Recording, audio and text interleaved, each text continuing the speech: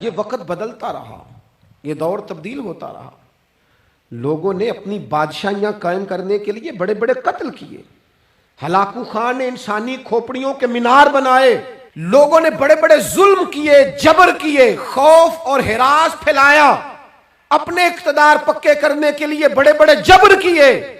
پھر کیا ہوا؟ ایسی ایسی بیماریاں لگیں جن کے علاج ہی کوئی نہیں تھے دنیا میں، بھری ہوئی تجوریاں، پیسے باہر گر رہے ہیں، پر ڈاکٹر کہہ رہا ہے تیرا مرض ہی وہ ہے جس کا علاج ہی کوئی نہیں۔ اللہ تبارک و تعالیٰ کے قانون سے جب لوگ ٹکراتے ہیں پھر پاش پاش ہو جاتے ہیں۔ وقت گزرا، ٹائم یزید کا آیا،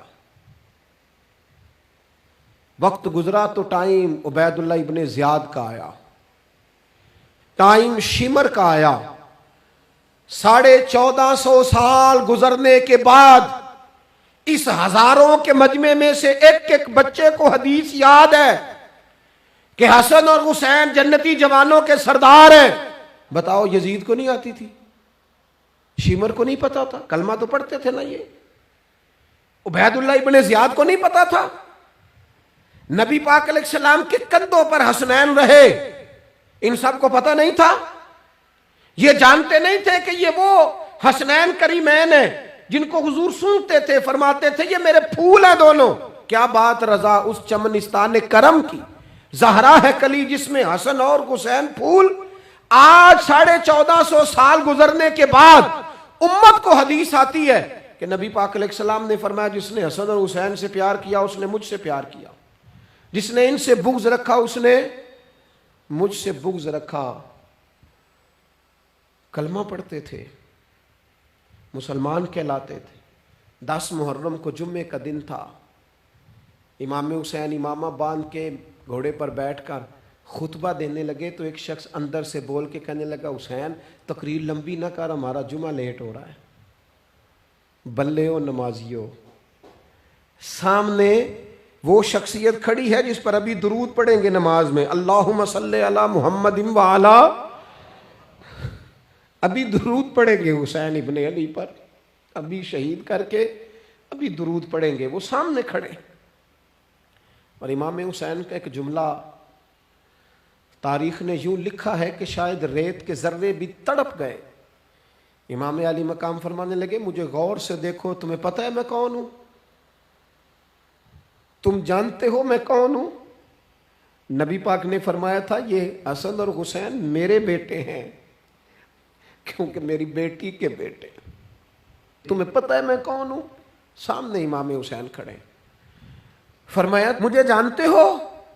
اور امام علی مقام فرمانے لگے میں تمہارے نبی کا نواسا ہوں، اور آج کے بعد تمہیں کسی نبی کا کوئی نواسا نہیں ملے گا، کیونکہ نبی پاک آخری نبی ہیں، اور جب حضور کے بعد کوئی نبی نہیں آئے گا تو کسی نبی کی اولاد کیسے ہوگی؟ تمہیں آج کے بعد کسی نبی کے نواسے کی زیارت نہیں ملے گی۔ میں کیسے آپ سے یہ بات آپ کو عرض کروں کہ سامنے حسین ابن علی بھی ہوں تو لوگ نفس کی خواہشیں پوری کرتے ہیں، لوگ اپنی کرسیاں پکی کرتے ہیں، لوگ گورنریاں پکی کرتے رہے، لوگ گڈ بک میں جانے کے لیے ایک دوسرے کو شاباشیاں دیتے رہے، جشن ہوتا رہا۔ سب سے پہلے ایک شخص نے امام حسین کا قافلہ روکا تھا، اس کا نام حور بن یزید تھا، سب سے پہلے اس نے روکا تھا، وہ ایک لشکر کا سپہ سالار تھا۔ جب امام حسین رضی اللہ تعالیٰ عنہ نے خطبہ پڑھا نا تو حور یزیدی فوج میں تھا، واپس گیا اور عبید اللہ ابن زیاد سے جا کے کہنے لگا، یا جو بھی وہاں لوگ موجود تھے یزیدی فوج کے، ان سے کہنے لگا تم نے تو کہا تھا کہ صرف راستہ روکنا ہے، تم نے تو کہا تھا کہ صرف ان سے کچھ منوانا ہے، تم نے تو جب مجھے بھیجا تھا تو کہا تھا کہ بعد تھوڑے معاملات ہیں، اوہ سچ بتاؤ نبی کے نواسے کو شہید کرو گے؟ تم نے تلواریں نکال لی ہیں، نیزے نکال لیے ہیں، تیر نکل آئے ہیں، تیاری مکمل ہے، مجھے سچ بچاؤ، کیا حسین ابن علی کی گردن پر خنجر چلانے لگے ہو؟ سیدہ فاطمہ کا جگر پارا شہید ہوگا، کیا یہ خبر سچ ہے؟ یوں ہوگا؟ تو کہنے لگے ہاں یہی حکم ہے ہمیں، یہی تیاری ہے، یہی پروگرام ہے، یہی پلان ہے، یہی ہوگا۔ کہنے لگا میں اور آپ تو مدینے والے رسول کا کلمہ پڑھتے ہیں، تو کیا محبوب کے نواسے کو ذبح کرو گے؟ جناب علی اکبر کو، جن کا چہرہ رسول پاک سے ملتا ہے، حضرت قاسم بن حسن کو، جناب علی کے بیٹوں عباس بن علی کو، حضرت علی کے بیٹے ابو بکر بن علی کو، حضرت علی کے بیٹے عمر بن علی کو، حضرت علی کے بیٹے یہ بھی 3 کربلا میں موجود، حضرت عثمان ابن علی کو، ان کو شہید کرو گے؟ نے کہا ہاں تیاری ہو گئی ہے۔ تو سب کے ضمیر مردہ نہیں ہوتے، ہاں بڑی بڑی سخت جگہوں پہ پھول اگتے ہیں۔ حر نے جب ان سے کہا کہ تمہارا پکا ارادہ ہے، کہا پکا ارادہ ہے، تو اس نے کہا یہ زیرہ پکڑو، یہ عہدہ پکڑو، مجھے تمہارا دیا ہوا عہدہ نہیں چاہیے، حسین کے نانا کی دی ہوئی جنت درکار ہے، یہ رکھو اپنے پاس، مجھے تمہارا۔ ایڑی لگائی اس نے اور دوڑا اور امام حسین کے قدموں میں گیا، کہنے لگا حضور میں مجرم ہوں، میں خطا کار ہوں، میں نے سب سے پہلے آپ کو روکا تھا، پر مجھے قسم ہے اللہ کی میں جانتا نہیں تھا ان کا ارادہ کیا ہے، حضور بھول گیا، غلطی کر بیٹھا، یہ انتے ہوں گے، ان کی آنکھوں میں پٹی بندی ہوگی، اور مجھے تو پتہ ہے نا کہ دنیا کو پھر محمد کا نواسہ نہ ملے گا، مجھے خبر ہے،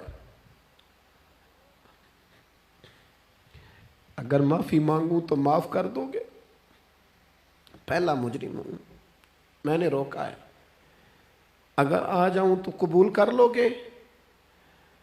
یہ ظرف، یہ حوصلے، یہ توانائیاں اگر ہیں تو سیدہ فاطمہ کے دودھ میں ہیں، یہ شیر خدا کی تربیت میں ہیں، یہ محبوب نے جو ان کی زبانوں کو چوسا تو اس کرم میں ہے۔